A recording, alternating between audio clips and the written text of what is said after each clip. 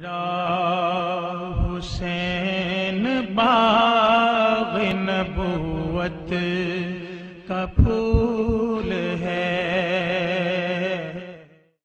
زمانہ جانتا ہے کہ جب آپ کا سر سجدے میں تھا کہ اس وقت سنان بن انس نے آپ کے سر کو کاٹا، یا خولی بن یزید نے کاٹا، یا شمر نے کاٹا، اختلافات ہے روایات کے اندر، لیکن حضرت امام حسین رضی اللہ تعالی عنہ کا آخری وقت سر جو تھا وہ سجدے میں تھا، اور سجدے کی حالت کے اندر دست قاتل نے سر حسین کو تن حسین سے الگ کیا۔ یہ دنیا کے سامنے حضرت امام نے اپنا اسوہ رکھا کہ یہی تو پیغام میں دینے آیا ہوں، یہی تو جو ہے وہ تحریر میں نے کربلا کی ریت پر اپنے خون سے رقم کرنی تھی کہ یہ سر کٹ سکتا ہے لیکن جھکے گا تو صرف اپنے مالک کی چوکٹ پہ جھکے گا، یزید کے سامنے یہ سر جھک نہیں سکتا ہے۔ تو حضرت امام حمام رضی اللہ تعالیٰ عنہ نے کربلا کے تپتے ہوئے ریگزار میں جب 72-73 لاشیں خیموں کے سامنے پڑے تھے اور اتنے زخم کلیجے پہ تھے، راوی کہتا ہے کہ جب آپ کی قمیض اتاری گئی تو 113 سوراخ اس میں تیروں کے تھے، 33 زخم نیزوں کے تھے، 34 گھاؤ تلواروں کے تھے، اتنے زخم جسم کے اندر، اور جسم چور ہے زخموں سے۔ لیکن حضرت امام حسین نے جب پیشانی سجدے میں رکھی تو آخری لفظ یہ تھے، اللہم رضن بقضائکا وصبرن علی بلائکا تسلیما لامرکا سبحان ربی العالی۔ مالک تیری تقدیر پہ راضی ہو گیا ہوں، مالک زخم سے پہ بھی میں مسکرا رہا ہوں، مالک تیری طرف سے جو دکھ آئے میں نے ان کو قبول کیا، جے سونا میرے دکھ وچ راضی تے میں سکھ نو چلے ڈاواں، مالک میں سب کچھ قبول کیا، حسین تیری رضا پہ راضی ہے، میرے مالک تو بھی بتا تو بھی حسین پہ راضی ہوا ہے کہ نہیں ہوا ہے۔ آواز آ رہی تھی اس پیاسے پر علی شیر خدا کو ناز ہے، اس نواسے پر محمد مصطفیٰ کو ناز ہے، اوروں نے بھی سجدہ کیا پر اس کا عجب انداز ہے، اس نے وہ سجدہ کیا جس پر خدا کو ناز ہے۔ اے حسین ابن علی تم پر سلام، نازش آل نبی تم پر سلام۔ آج لہجہ بھی دم توڑ رہا ہے اور سورج بھی درد غروب سے زرد ہو رہا ہے، وقت کے دامن میں گنجائش نہیں کہ میں اس مضمون کو چھیڑوں، آؤ ہم سلام کرتے ہیں۔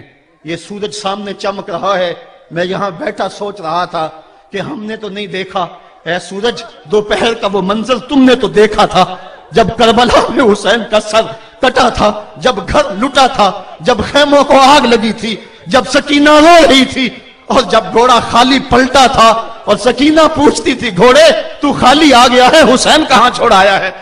آج یہ سورج یہ چمک چمک کے وہ ہمیں کہانی سنا رہا ہے اور ہمیں پیغام دے رہا ہے کہ نبی کے نام پہ حسین نے تو سر کٹا دیا، آج تم کہتے ہو دین پہ چلنا بڑا مشکل ہے، تم شور ڈال رہے ہو، جن کے لیے مسجدوں میں قالین بچھے ہوئے ہیں، گرم پانی دستیاب ہے، اور ان کے لیے مسجدوں میں آسائشیں موجود ہیں، اور پھر بھی وہ کہتے ہیں دین پہ چلنا بڑا مشکل ہے۔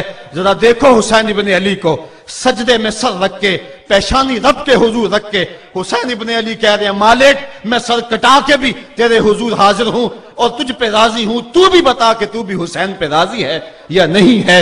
اے حسین ابن علی تم پر سلام، نازش آل نبی تم پر سلام، تم پہ لاکھوں رحمتیں لاکھوں سلام، اے شہیدان محبت کے امام، لالا گوں لالا بدن لالا چمن، اے چمن اندر چمن اندر چمن، زندگی ہی زندگی تیری حیات، اے حیات اندر حیات اندر حیات، افتخار ملت بیضا ہے تو، رب کعبہ کی قسم یکتا ہے تو، فخر کا دل میں دریچہ باز کرنا چاہیے، جن کا تو آقا ہے ان کو ناز کرنا چاہیے۔ آج ہم ناز کرتے ہیں حسین ابن علی پہ، ہم حسین والے نہیں ہیں، ہم واہ حسین والے ہیں۔ واہ حسین تیری عظمت کو سلام، اتنے زخم کلیجے پہ ہو تو کھڑا نہیں ہوا جاتا، لیکن جبر کے خلاف کتنی قوت سے کھڑا ہے۔ حسین ابن علی نے اپنا نمونہ لوگوں کے سامنے رکھنا تھا، تو اقبال کہتا ہے سرخ رو عشق غیور از خون او، شوخی این مصرع از مضمون او۔ یزید مٹ گیا، یزید کا نام مٹ گیا، اس کا تشخص مٹ گیا، حسین کل بھی زندہ تھا، حسین آج بھی زندہ ہے۔ مرتا تو وہ ہے جس کی فکر مر جائے، مرتا تو وہ ہے جس کا نسب العین مر جائے، مرتا تو وہ ہے جس کا مشن ختم ہو جائے۔ حسین کا نسب العین زندہ، حسین کی فکر زندہ، حسین کا مشن زندہ، حسین زندہ، حسین کا نانا بھی زندہ۔ آج بھی ہزاروں کروڑوں اربوں انسان حسین کا نام لے کے جی رہے ہیں۔ میں کہتا ہوں اگر کوئی یزید کا نام بھی لیتا ہے تو وہ سر جھکا کے دیتا ہے۔ کیسا تمہارا لیڈر ہے جس کا نام لیتے ہوئے بھی تمہیں شرم آتی ہے؟ نام لینے سے پہلے سر جھکاتے ہو، نام لیتے ہوئے پسینہ پسینہ ہوتے ہو، نام لینے کے بعد منہ چھپا لیتے ہو۔ تمہیں اپنے قائد اور اپنے لیڈر کا نام لیتے بھی شرم آتی ہے، اور جب ہمارے لبوں پہ نام حسین آتا ہے ہمارا قد اونچا ہو جاتا ہے، ہمارا سر فخر سے بلند ہو جاتا ہے۔ فخر کا دل میں دریچہ باز کرنا چاہیے، جن کا تو آقا ہے ان کو ناز کرنا چاہیے۔ تو حسین ابن علی نے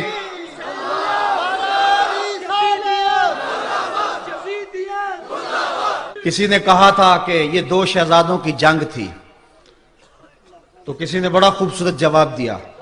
اس نے کہا کربلا جنگ تھی اگر دو شہزادوں کی، قلم میں زور ہے تو لکھو حسین ہار گئے، لہجے میں تنتنا ہے تو لکھو حسین ہار گئے، انداز میں زور ہے تو کہو حسین ہار گئے۔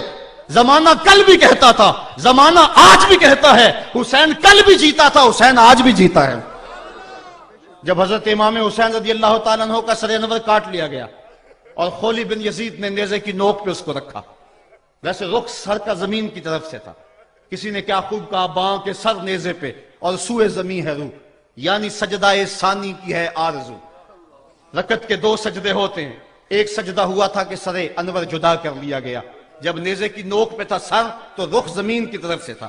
شاعر کہتا ذرا غور سے دیکھو سر حسین کیا کہہ رہا ہے، سر حسین کی پیشانی زمین کی طرف ہے، پیشانی میں دوسرے سجدے کی آرزو مچل رہی ہے۔ تو جب امام حسین کا سر خولی نے نیزے کی نوک پہ چڑھایا، اس نے تو یہ کہنا چاہا تھا کہ ہم فتح یاب ہوئے اور دیکھو ہم نے سر کاٹ لیا۔ کسی نے کہا ذرا غور سے دیکھو یہ تو سر کٹ کے بھی سر بلند ہے، یہ سر کٹ گیا پھر بھی سر بلندی نہیں گئی ہے، اس کا بانکپن پھر بھی نہیں گیا ہے۔ حسین کا سر کل بھی اونچا تھا، حسین کا سر آج بھی اونچا ہے، اس کا نام زندہ، اس کا پیغام زندہ، اس کی فکر زندہ۔ حضرت امام زین العابدین یہ کربلا کے وہ شخص ہیں جنہوں نے سارا منظر اپنی آنکھوں سے دیکھا تھا۔ اتنے دکھ کسی کو نہیں پہنچے جتنے زینب اور زین العابدین کو پہنچے ہیں۔ سب منظر کھلی آنکھوں سے دیکھا، 14 سال کی عمر ہے، بیمار ہیں، تاریخ بتاتی ہے اس کے بعد ساری زندگی حضرت زین العابدین نے ٹھنڈا پانی نہیں پیا، جب پانی پینے لگتے تڑپنے لگتے، کہتے مجھے سکینہ کی پیاس یاد آتی ہے، مجھے علی اصغر کا تڑپنا یاد آتا ہے، ساری زندگی پھر ٹھنڈا پانی نہیں پیا۔ حضرت امام زین العابدین نے یہ سارا منظر کھلی آنکھوں کے ساتھ دیکھا تھا، اور پھر آپ نے دمشق کے بازاروں میں بھی اور کوفے کی گلیوں کے اندر بھی سروں کا یہ قافلہ اپنی قیادت کے اندر جو ہے وہ گزارا تھا۔ جب یزید کے دربار کے اندر حضرت امام زین العابدین پہنچے تو یزید نے پہلے تو جو ہے وہ دکھ کا اظہار کیا۔ بعض لوگ یہاں سے یزید کی بریت کا اعلان کرتے ہیں، یہاں کسی نے بڑی خوبصورت بات کہی کہ قاتل کی پشیمانی مقتول کی اہمیت کو تو بڑھا سکتی ہے لیکن اس کے دامن سے قتل کے داغ کو نہیں دھو سکتی۔ تو اس نے یہ سب کچھ کیا، یہ بس اس کے ٹسوے تھے جو وہ بہانے لگا، لیکن بعد میں اس نے حضرت امام حسین رضی اللہ تعالی عنہ کے دانتوں کے اوپر جو ہے وہ چھڑی مارنا شروع کر دی۔ تو حضرت ابو برزہ اسلمی صحابی رسول وہاں موجود تھے، وہ کھڑے ہو گئے، اٹھ کے بدن کانپتا ہے ان کا، کہنے لگے ظالم ارفع قدیبہ کا، یہاں اپنی چھڑی ہٹا لے، میں نے اپنی ان آنکھوں سے دیکھا ہے کہ کان رسول اللہ صلی اللہ علیہ وسلم یل سے مہو، حضور نے ان ہونٹوں کو خود چوما ہے۔ تو یہ کہہ کہ آپ دربار سے نکل گئے اور روتے تھے اور آپ کے بدن پہ کپتی بھی تاری تھی۔ بعد میں یزید نے کہا حضرت غلطی ہو گئی اور یہ میں نہیں چاہتا تھا، بتائیں آپ کی کوئی شرط ہو۔ تو آپ نے فرمایا میری 4 باتیں مان لو۔ ان 4 باتوں میں ایک بات یہ تھی کہ سر حسین اور سر شہیداں ہمارے سپرد کر دو تاکہ ہم کربلا جا کے ان کی تدفین کر سکیں۔ دوسری یہ تھا کہ ہمیں مدینہ حفاظت سے پہنچا دو۔ تیسری شرط یہ تھی کہ مجھے جو ہے وہ جمعے کا خطبہ دینے کی اجازت دو آج دمشق جامع مسجد کے اندر۔ چوتھی بات آپ نے یہ فرمائی کہ قاتلان حسین جو ہے وہ میرے سپرد کرو۔ اس نے کہا ہاں کون ہے قاتل حسین کا؟ لوگوں نے کہا خولی ہے۔ خولی نے کہا میں نے قتل نہیں کیا، یہ سنان بن انس نخی نے کیا ہے۔ سنان بن انس نخی کو کہا ہاں تو بتا، کہنے لگا میں قتل کیوں کرنا تھا، یہ تو شمر ذی الجوشن نے کیا ہے۔